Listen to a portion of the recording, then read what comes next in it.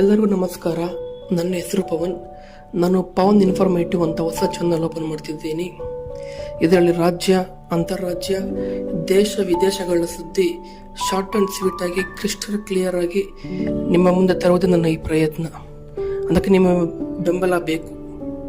ನನ್ನ ವಾಯ್ಸ್ ಹೇಗಿದೆ ಅಂತ ನಿಮಗೆ ಹೇಗೆ ಕೇಳಿಸುತ್ತಿದೆ ಅಂತ ನನಗೂ ಗೊತ್ತಿಲ್ಲ. ಸೊ ನಾನು ಯಾವುದೇ ರೀತಿ ಮೈಕ್ ಯೂಸ್ ಮಾಡ್ತಿಲ್ಲ. ಮುಂದೆ ನಿಮ್ಮ ಆಶೀರ್ವಾದ ಇದ್ದರೆ ಒಳ್ಳೆ ಮೈಕ್ ತಗೊಂಡು ಮಾಡ್ತೀನಿ. ನನಗೆ ಗೊತ್ತು, ಈ ಯೂಟ್ಯೂಬ್ ಅನ್ನೋದು ದೊಡ್ಡ ಜಾಲತಾಣ.